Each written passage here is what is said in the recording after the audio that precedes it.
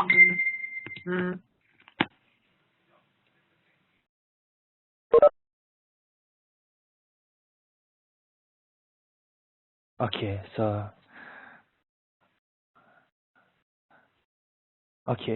welcome to the user training for the Hawaii Immunization Registry.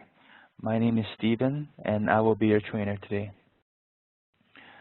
Today we're going to cover several topics, including how to access HIR, how to navigate, how to enter new patients and search for existing ones, how to add new users and edit existing ones, how to edit patient demographic information and responsible persons, how to manage immunization information, and how to generate reports that are specific to the patient and reports specific to the organization running the report.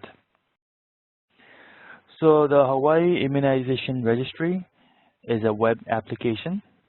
You will need an internet connection and a web browser to access the HIR. Oh, sorry. Okay. So the HIR URL will be provided to you by the time you're ready to log in. What you're seeing here, this is the HIR login screen. This page is divided into several sections. By default, it appears on the home section. This is the section that you're seeing here. This section includes the home tab, which contains important announcements regarding the HIR system, including downtime, website maintenance, and other important notes about the system. The immunization programs tab controls what appears here. The latest message board is posted. And you can click on these hyperlinks where you see from HT1, which is called Hot Topics, 1 through Hot Topic 10, to view older posts. There are 3 additional links on the bottom of the home page. The first one you see here, about Hawaii Immunization Registry. This is basically general information about HIR. And then you'll see the disclaimer for external websites. And on the very bottom, there is the Contact Us. When you click this, it'll take you to the help desk contact information. So the top portion here, it is the contact information for the HIR help desk. And for any general questions, you can see the contact information on the bottom half of the screen. On the right of the Home tab, there is the Forms tab, which contains important forms related to the Hawaii Immunization Registry. It contains forms such as the authorization and confidentiality user forms, as well as opt-out forms. There's also the HIR user manual, as well as the data exchange specifications. And then there's also the student health record as well, and many other forms that are important for the HIR. On the right of the Forms tab, there is the Related Links tab, which contains links to external websites which are relevant to the immunization field. And then there is a Demo tab, which contains demonstration videos. And on the far right, this is the training section, which contains the HIR security training video and self-guided training videos.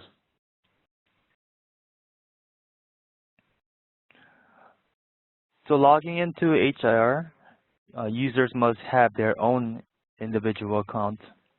Please do not use anyone else's access. Logging in is a 3-part case sensitive to authenticate users. Some of the good things to remember is that the logins are case sensitive. If your account is locked, please contact the HIR help desk by clicking the Contact Us link right here. Users will be logged out after 3 unsuccessful login attempts. Sessions will time out after 60 minutes of inactivity. Accounts are disabled after 60 days of no activity. And users will be prompted to change their passwords every 90 days. New users will be prompted to change their password the first time they log in. And once the password is changed, you will be taken to a portal page. Here you can click on the applications link and then click on the link of the organization you wish to enter. So if you belong to one organization, you will be taken directly to the organization's homepage. But if you belong to more than one organization, you will be taken to the portal page where you can select which organization to enter. So let me log in real quick to show you how that looks like.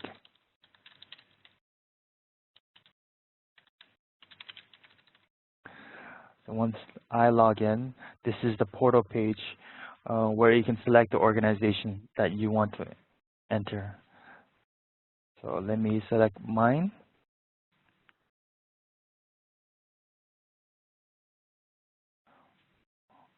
Oh, before that, sorry.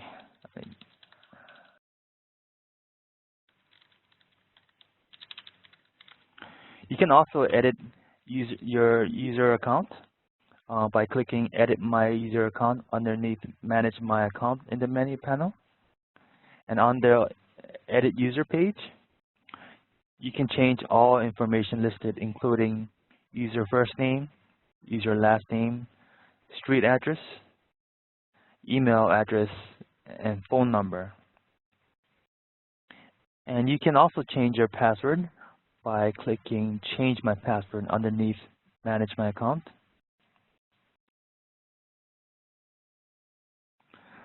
So once you click the organization you wish to enter, you will be taken to this screen. This is the top menu bar.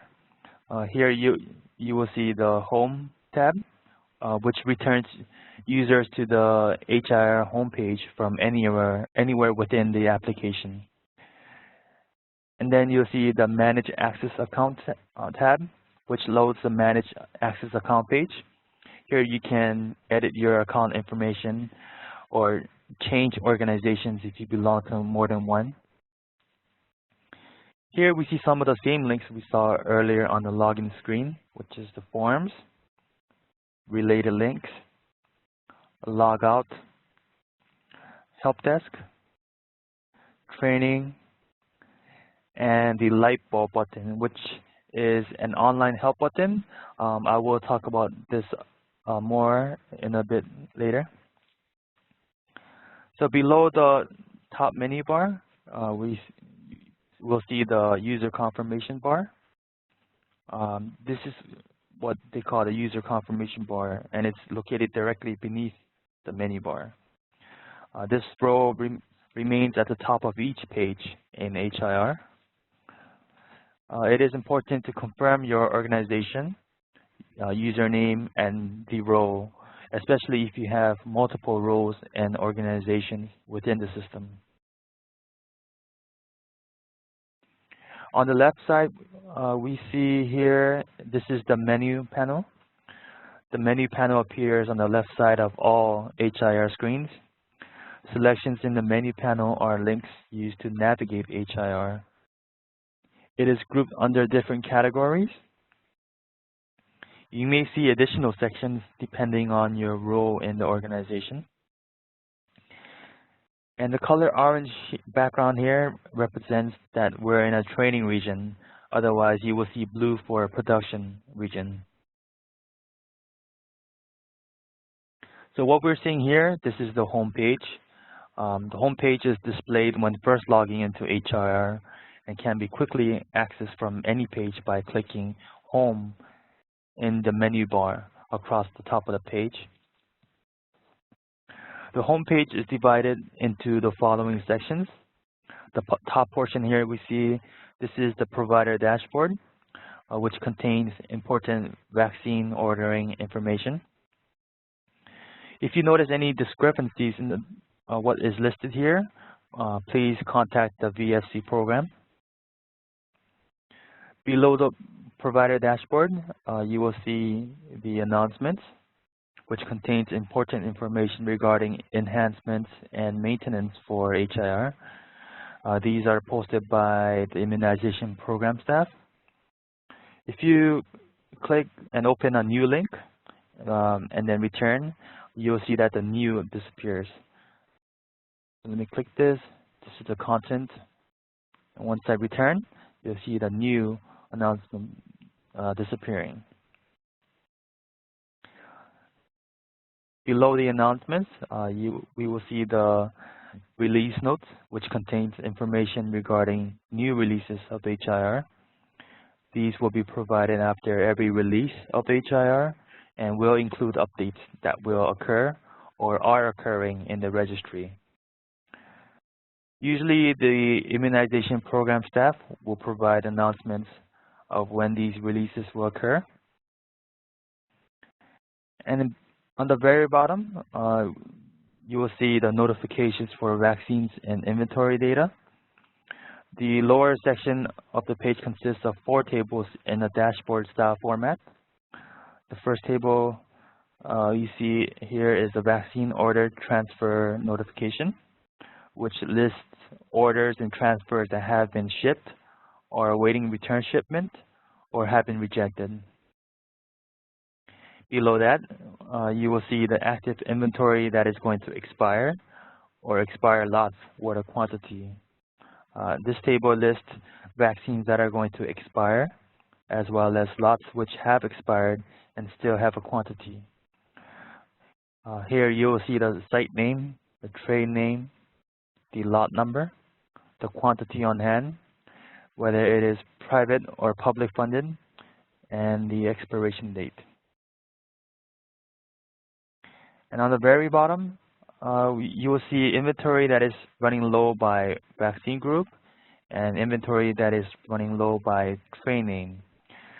This portion lists inventory that is nearly depleted, sorted by vaccine group or trade name. And both sections will have the name, quantity, whether or not it is a VFC lot. And this is pretty much the table displayed on the bottom.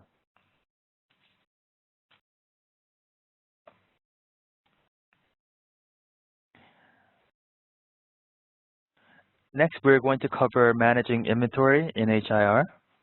Users with the role Provider 1, Provider 2, and Provider 3 can add both VFC, public, and private inventory into HIR to track.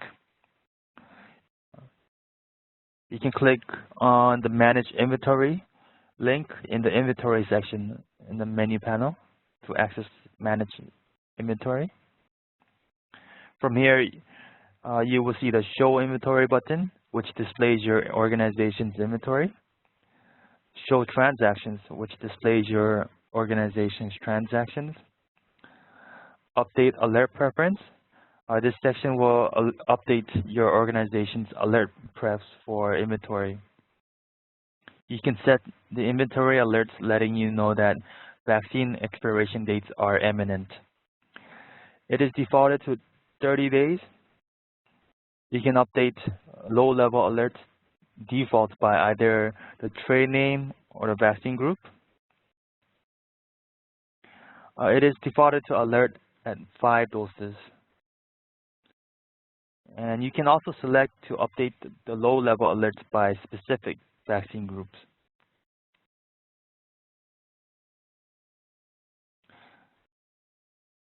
Under the inventory alert section, you will see the same inventory dashboard as is on the HIR homepage, right over here. To display your organization's inventory, you can click on the Show Inventory button. Here you will be able to see the Add Inventory button, Modify Quantity, Show Transactions, and Cancel button. You will also see all of the inventory for your organization. You can filter the inventory table below by selecting the following options on the radio button. There's the active filter, inactive. Vaccines that are inactive are not available to be given from inventory until made active again. And then there's the non-expired vaccine, and then the expired vaccines. The inventory is categorized by the trade name, lot number, expiration date, and etc. If the inventory is red, that means the lot is inactive or expired. And if the inventory is highlighted in pink, that means the inventory is about to expire. You can click Add Inventory to add inventory for your organization. Remember, providers can add either public or private inventory. From the Add Vaccine Inventory section, you can begin entering in vaccine information. You can select the trade name for the vaccine from the drop-down menu. Some of the examples of the options are Menastra, Trumemba, and Varivax.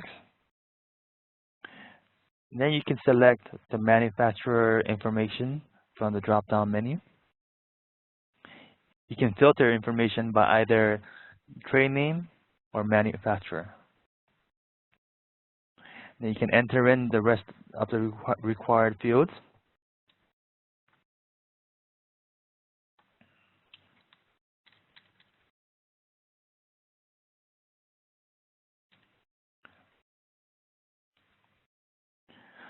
And then once you have input all the information, you can click on Save to record all of the information.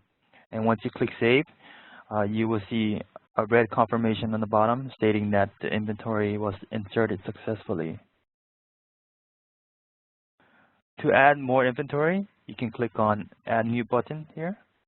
Make sure to add additional vaccines by clicking Add New button to prevent overriding the current vaccine you just added. And to return to the previous screen, you can click on the Cancel button. Now, there are two ways to modify vaccine quantity. The first way will be to click on the hyperlink of the vaccine that you wish to modify. Once you click on the hyperlink, you can modify the quantity over here. You can either add or subtract the amount from the quantity on hand and select the reason. Click Save. The second way to modify quantity is to click on the check mark box of the vaccine that you wish to modify. And then you can click on the Modify Quantity button. Once you click that, you'll have the same options where you can add or subtract the amount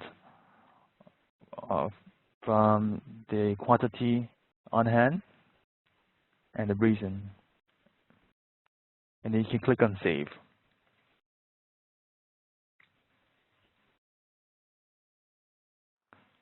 And here you'll see the Show Transactions button. A transaction is defined as an action affecting your organization's inventory. For example, adding, modifying inventory, or giving immunizations. This section will display transactions for your organization. So let me filter out date. You can limit the amount of records to display. By default, the amount of records to show is at 200. Once you have filtered the information you want to display, you can click on the View button. And here you will see the vaccine transactions for your organization on top. Below that information, you will see a vaccine transactions total table, which describes the transaction codes, the transaction description, the transaction count, and the transaction values. which is the amount of doses affected.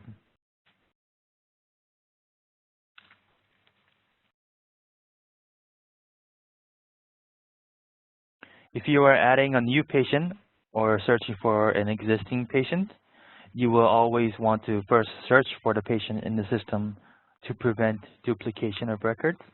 To search for a patient in HIR, you can click Manage Patient underneath Patients in the menu panel. And then you'll be taken to the patient search criteria screen. You can either search by the patient ID number or by including the patient's last name, first name, and the birth date. Only the first two letters of the first and last name are required to complete a patient search. If the system finds only one match for the patient you are searching for, you will be taken to the patient demographic screen. Let me show you how that looks like.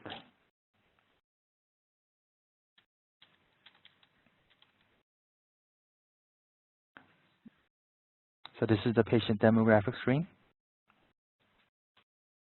If the system finds more than one match in your search, you will see a list of your potential matches. So let me show you how that looks like as well.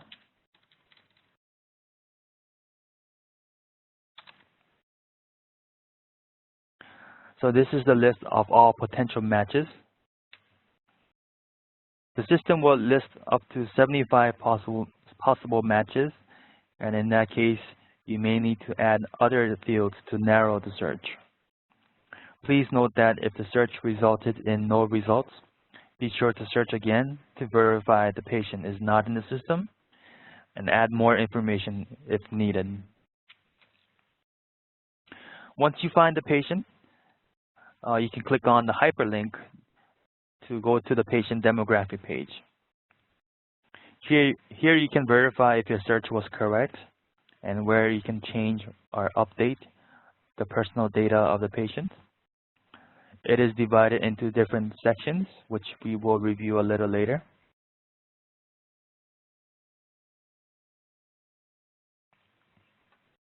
When entering a new patient into HIR, it is important to always search for the patient before adding a new patient to prevent the creation of duplicate patient records.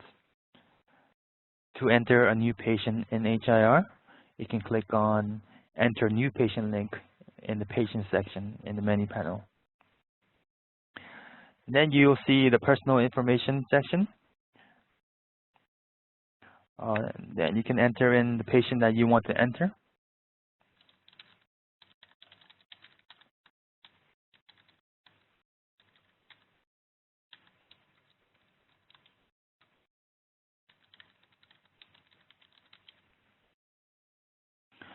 Although the HIR will allow you to save the record without the field completed, you will be prompted to gather this information for future deduplication of patients.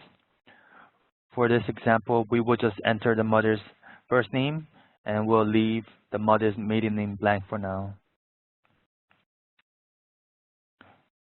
Below the personal information section, you will see the patient address section. This is a required information if the patient is to be included in the reminder recall report, which is an organizational report that we will discuss later. This section also has the save options once information is input. Below the patient address section, you will see the patient information section. This section gives additional information about the patient. And then below that, you will see the responsible persons. This section allows you to identify patient emergency contact information or will house the information for a parent or guardian. You can click Apply Changes to add the responsible person. So let me add a responsible person to show you how it looks like.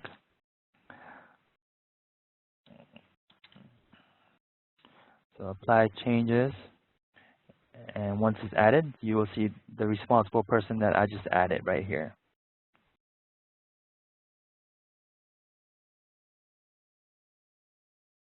Below the responsible persons, you will see the patient comments. This section allows you to enter immunization-related comments. These comments may affect the immunizations recommended for the patient in HIR. And these are a drop-down menu with all the patient comment options. And on the very bottom, you will see the patient notes section. This is a text field for any non-sensitive information that must be noted, such as child has excessive fear of needles, as an example. A reminder is that the note is permanent. It cannot be edited or removed. And it is recommended not to enter any sensitive information here. A message will display at the top of the page informing you the patient was saved successfully once you click the Save button. Besides the Save button, there are additional ways to save the patient information. If you click the History Recommend button, the patient will save and the immunization history recommend page will open. If you click the Record Immunization button, the patient will save first, and then the first immunization pre-select screen will open. You can click Add Next to save the patient data and clear the screen for the next patient. And you can click Cancel button, which will save the patient data. Oh, actually, which will not save the patient data, sorry, and will return you to the previous screen. So if you click Save, it will disregard the change and take you to the previous screen. Do not leave the page without saving or hit the back browser button, as entries may be lost.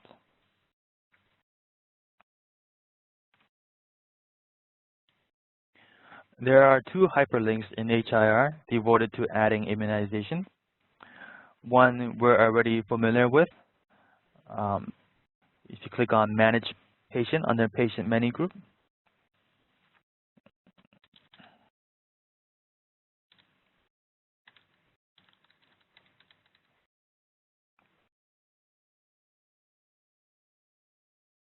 if you click on the History Recommend button, you can click on this to display the patient's immunization record page. From here, you can enter a shot. Or you can skip the patient immunization record page by clicking the Record Immunization button to enter an immunization directly. The second hyperlink used to enter an immunization is the Manage Immunization,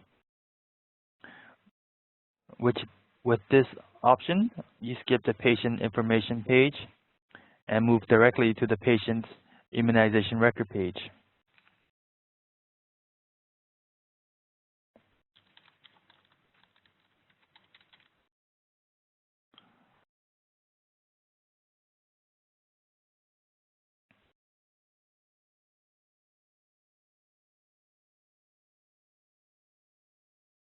Okay, so what you're seeing here, this is the History Recommend page. This page has three sections.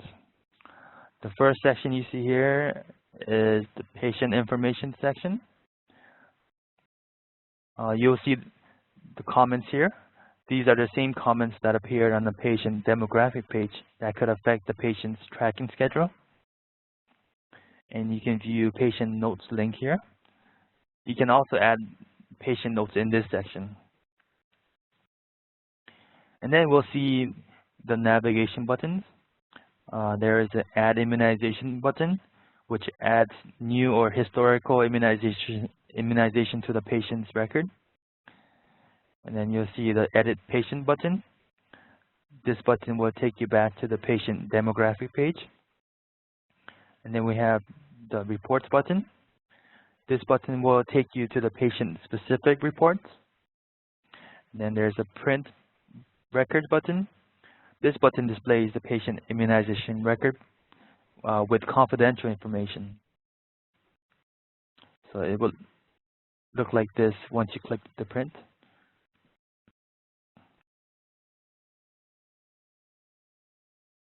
And the last button here, the Print Confidential button, displays the same patient immunization record without as much personal patient information.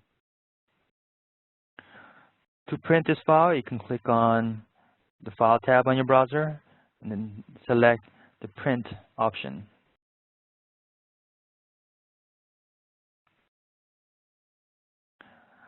The second section we see here is the Immunization Record section.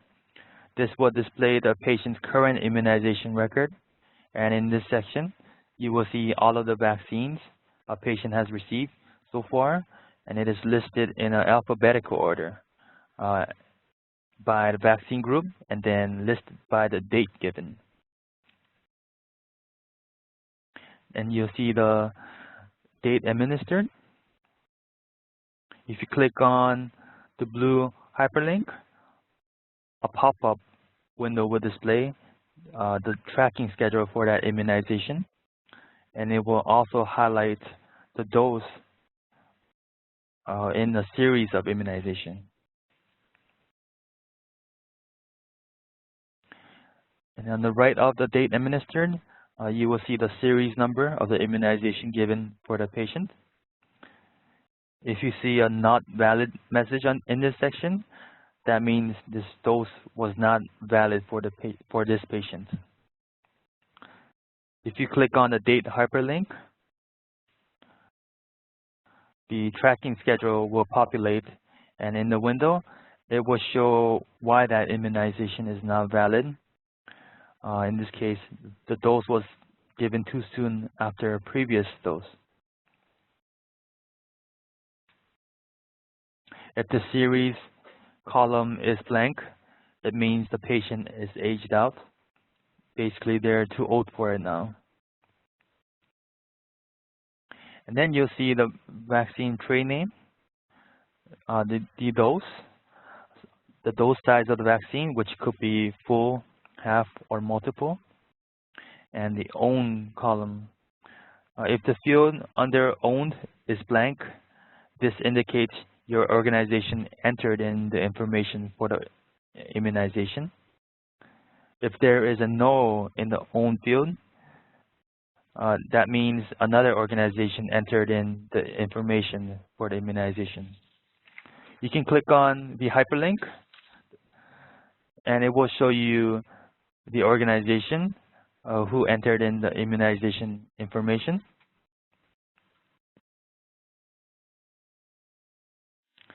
The next column is reaction, which indicates the patient had a recorded reaction to the immunization. If there was a reaction, there will be a yes in the field, which is a hyperlink. And when you click on the hyperlink, you will see the reaction that the patient had, in this case, limb swelling. And on the right of that, you will see the historical immunization indicator. This column indicates whether or not the immunization is historical. If there is a yes in this field, that means that the immunization was historical. An historical immunization is an immunization that was not administered by your organization and was not previously recorded in the HIR system. An example of an historical immunization will be a patient bringing you a paper record of previously administered immunizations, or a new patient who has moved from a previous state and you need to record their immunizations into the HIR system. And on the far right, you'll see the edit field. You can edit immunizations that are owned by your organization, as well as historical immunizations. But you cannot edit immunizations that you do not own.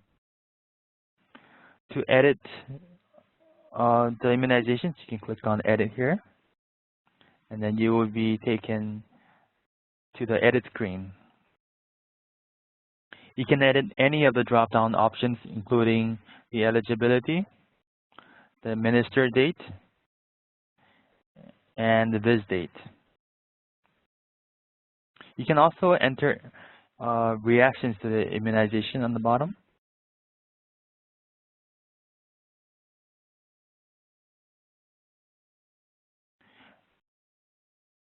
And then below that, you'll see a blue bar with the patient's age right here.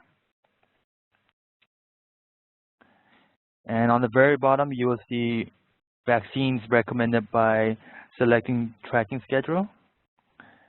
These are the dates recommended for vaccinations by tracking schedule. This section displays the Add Selected button. Here you can select the appropriate boxes under the Add Selected if you would like to add multiple recommended immunizations at once.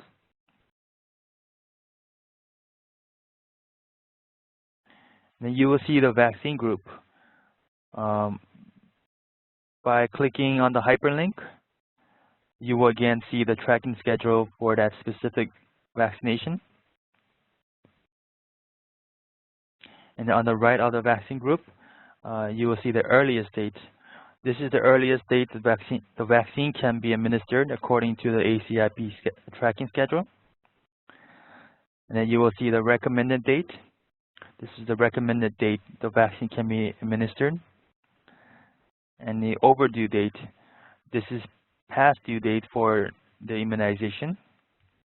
And then you will see the latest date on the far right. These are all according to the ACIP tracking schedule. You may notice the colors on the chart. The green color indicates when the date for a recommended immunization is due or is past due. The pink color, it may mean the series is complete, or other notes such as the maximum age exceeded, or a contraindication as noted by the contraindication status for varicella. So this is a section where you can, one of the sections where you can use the online help button. If you click the light bulb, it'll show you a pop-up. And if you would like to learn more about what each color represents in this recommended page, you can see all the details here.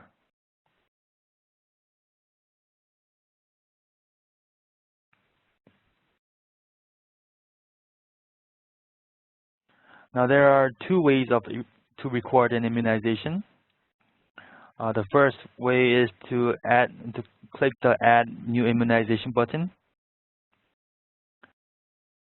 and it'll open the first of the two immunization screens. Once you click that, you will now see the patient information as well as the VSC eligibility on the top right.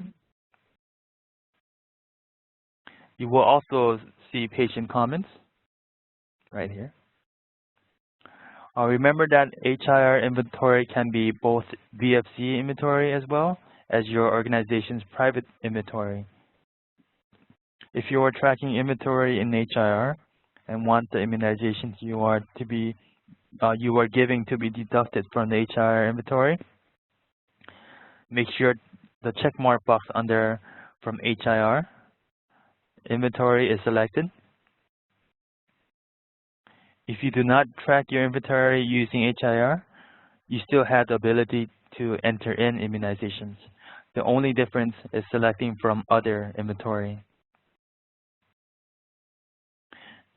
And you can proceed to select who administered the immunization by selecting the appropriate persons from the drop-down menu. This field will have pre-populated choices only if they were set up by your organization's administrator.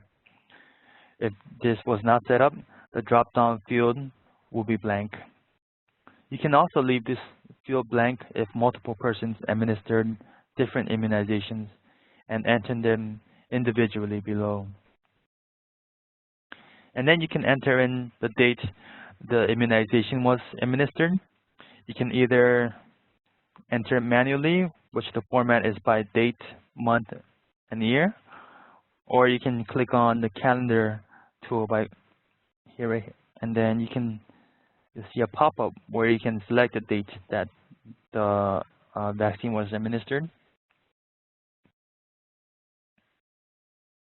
This is a required item. If you need to activate an expire lot for the patient, you can click Activate Expire button. For example, a vaccine was valid at the time of administering, but now the lot has expired. Next, I will select one of each type, vaccines from the HIR inventory, from other inventory, and from historical inventory. And once I click OK, we'll be taken to the immunization detail screen. So this is the immunization detail screen. It'll show you the eligibility on the right here. In the first row we see here is the immunization that we added from the HIR inventory. Here there is the remove checkmark box if you want to remove it. There is the vaccine, the trade name, dose size, who it was administered by, where the immunization was administered, the route that it was administered, and the viz date. We'll see the similar row below. This is the immunization from other inventory. It shows you the immunization, tray name, dose size, manufacturer, the lot number, who it was administered by, the vaccine type, and the viz date.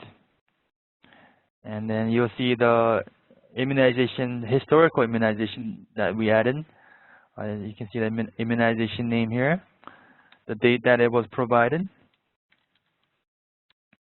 trade name, the lot number, the provider organization who gave the immunization, historical immunization, and the source of the immunization. To add the new immunization, you can click on the Save button.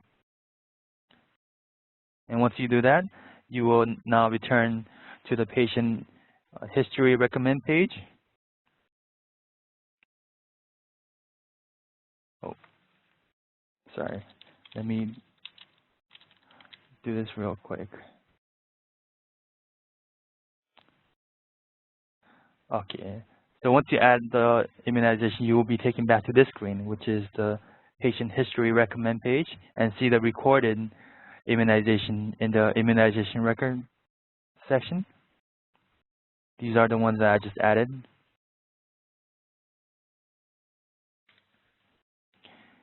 You can also add an immunization by using the tracking schedule. Here we can select multiple immunizations to give at once by selecting the checkmark box next to the appropriate vaccine groups and select the Add Select button.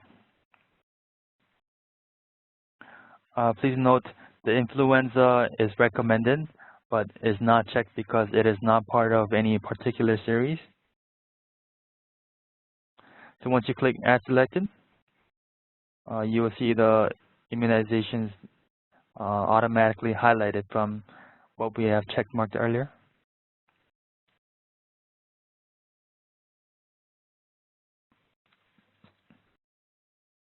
Next, I want to show you patient-specific reports. The first, you can access the patient-specific reports by clicking on Reports button in the Patient History Recommend page.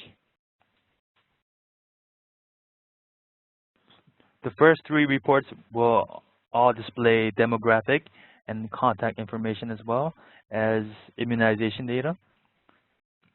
When it comes to what they show about the immunizations, they differ slightly. The first report we see, patient-specific report we see here, is the vaccine administration report. This report displays the immunizations the patient received and what other immunizations are available based on age. And this is how the vaccine administration report looks like.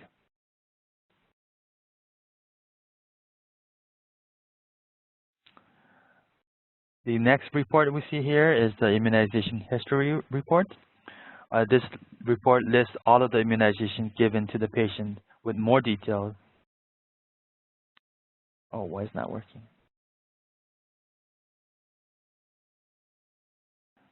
Okay. And the third report we see here, our immunization, is the immunization needed report. This report does what it says. It provides a list of immunization needed based on age.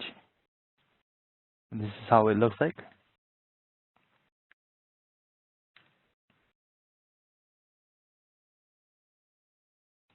And the last patient-specific report we see here is the student health record. Here you can document health requirements for school entrance, including immunizations, physical examination, and tuberculosis examination.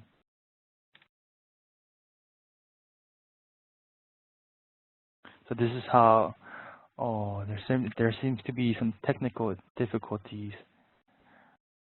Let me go back.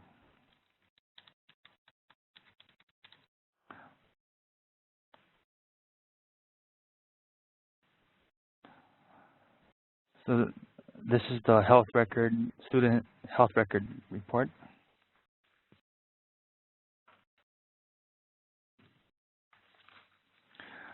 Switching gears, there are also reports that encompass the organization as a whole.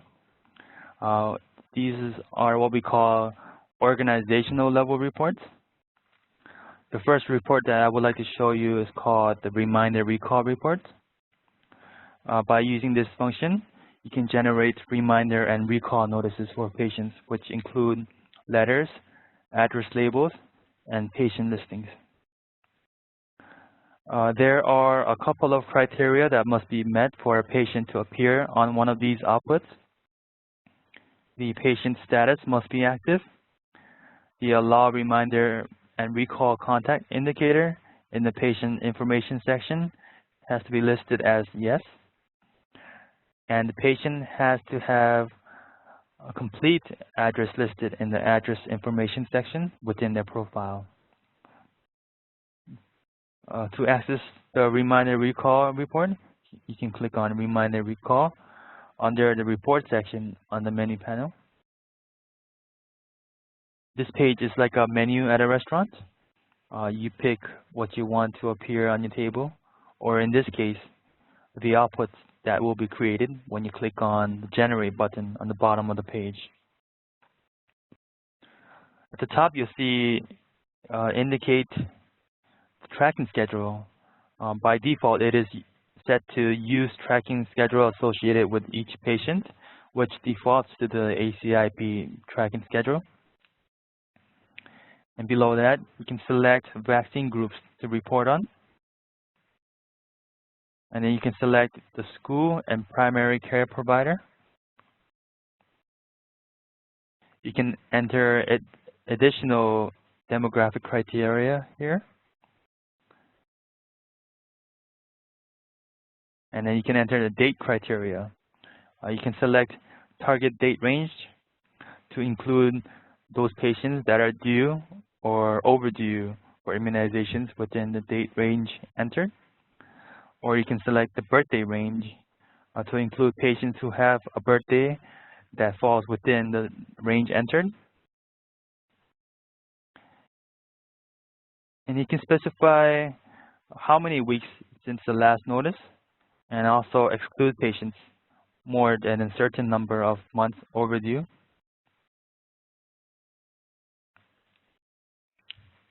And you can specify how to sort the report data. This area allows you to specify how the data will be sorted. If a sort order is not specified, HIR will sort the report resulted by the patient's last name from A to Z, then by the first name in an ascending order. To run the report, you can click on the Generate button. Please note that the length of time that the report takes to generate will depend on how many patients you're including on your output. It may take a while.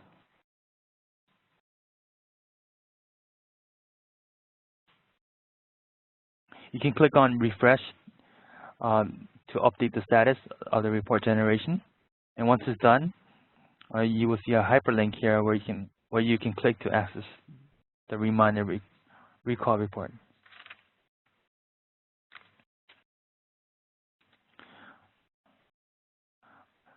So here you'll see the reminder letter. It's a standard form letter for the parent or guardian for each patient returned on your query. It includes the patient's immunization history, recommended immunizations, and the due dates. And then you'll see the mailing labels. The labels output options produces mailing labels you can use to mail out the reminder letters. And then you'll see the patient query listing. The patient query listing displays contact information for those patients identified as being due or overdue in the reminder recall output in a report format. There are up to 4 lines, there are up to 2 lines for free text and a telephone number. To generate reminder letters, if a report name is not indicated, the report will simply be named reminder letter on the reminder report status screen. You may include a maximum of 400 characters in additional information in the free text field. Any information entered in this text box will be presented as the closing for each of the letters generated in your report. The telephone number is presented in the closing for each of the letters generated in your report.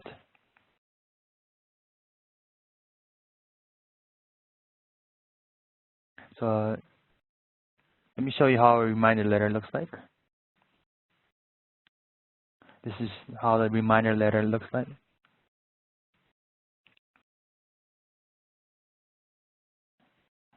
And then I will show you the mailing labels.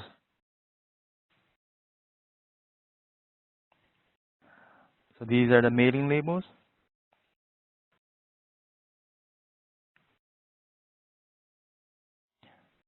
And then the patient query listing. So this is how the patient query listing will look like.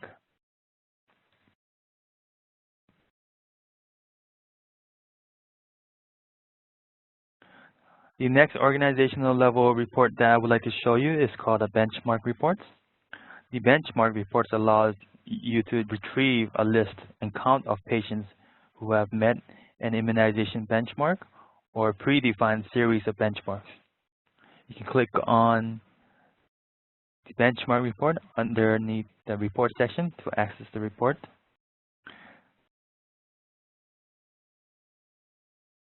Again, we have a menu where you can pick what appears on the report.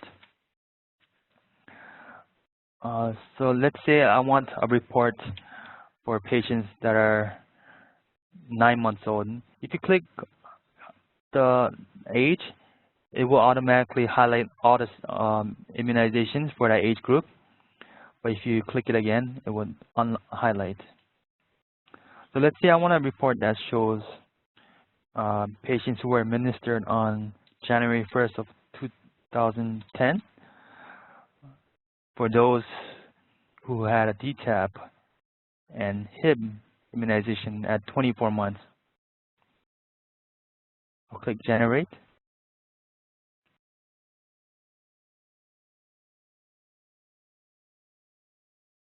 And it will start generating the benchmark report. So you click on the hyperlink, and this is how it will look like. You can either export these reports as text files or spreadsheet, or you can display it as a PDF file where you can print or save.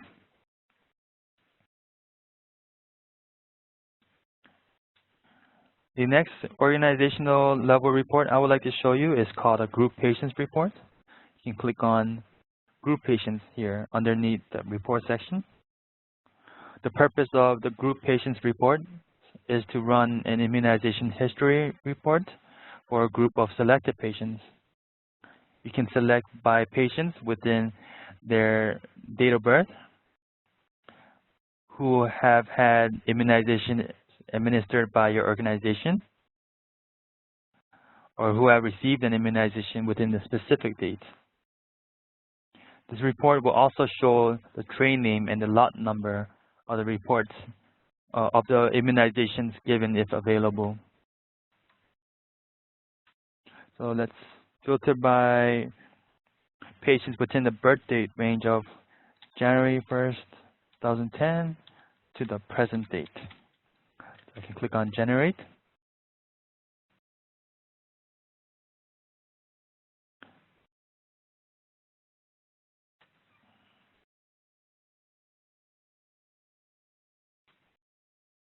If you have other things to do while waiting for the report to generate, you can navigate the menu.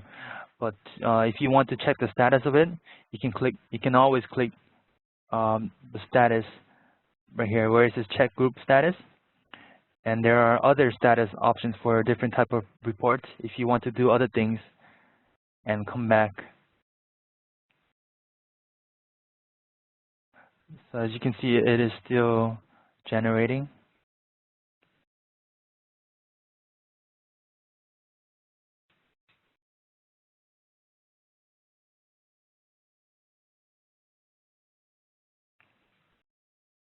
Okay, while this is generating, I'll show you the last organizational report.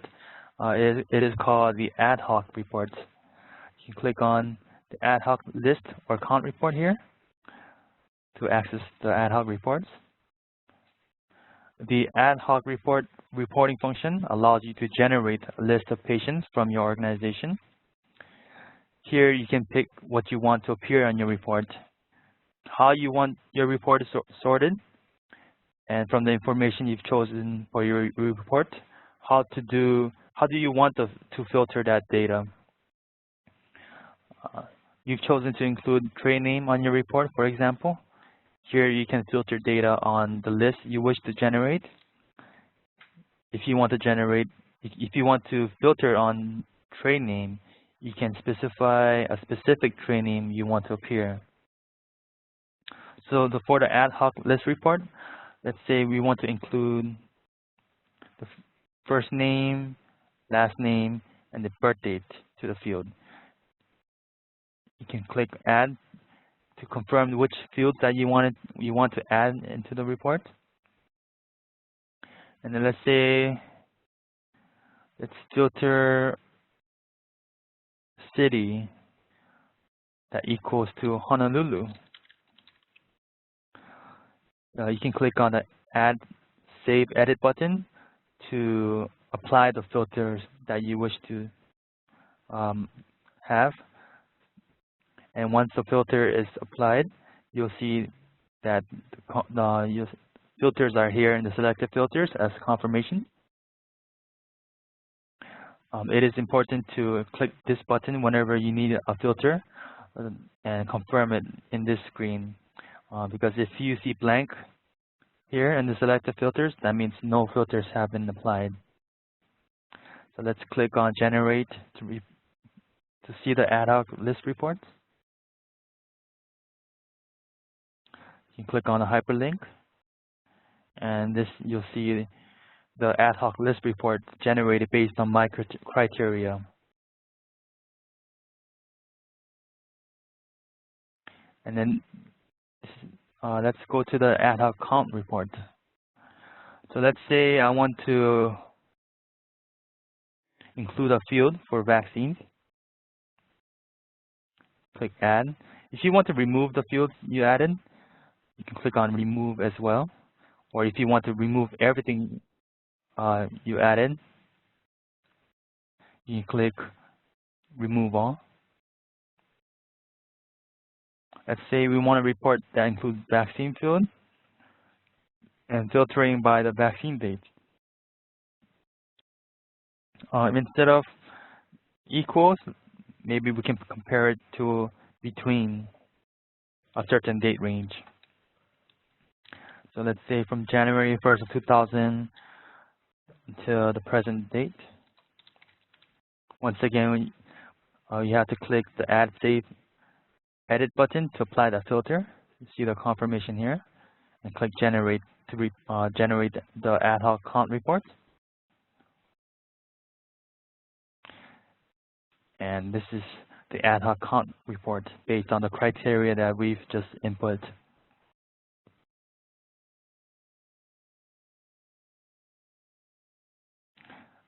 Okay. I'm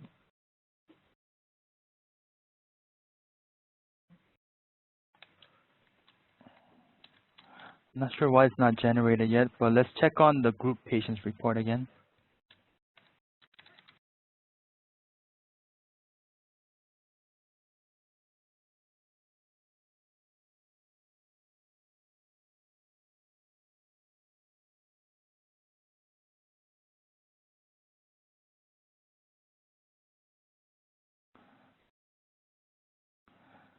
Okay.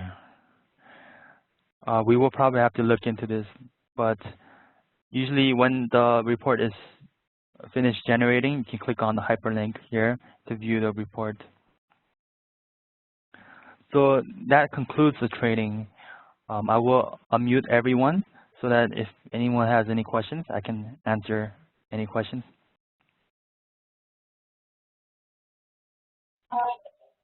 Okay. Does anyone have any questions?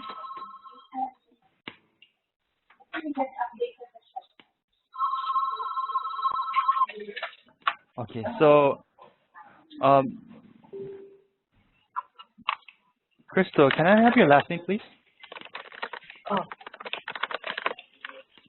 how do I put it?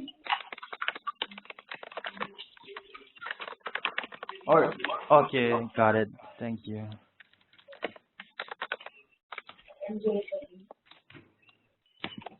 Okay, so if there are no questions, what I will do is I will send your login information so that you can access HIR. And once again, I thank everyone. Thank you everyone for attending this training. And have a great day. Oh, I'm done. They're sending me my login now.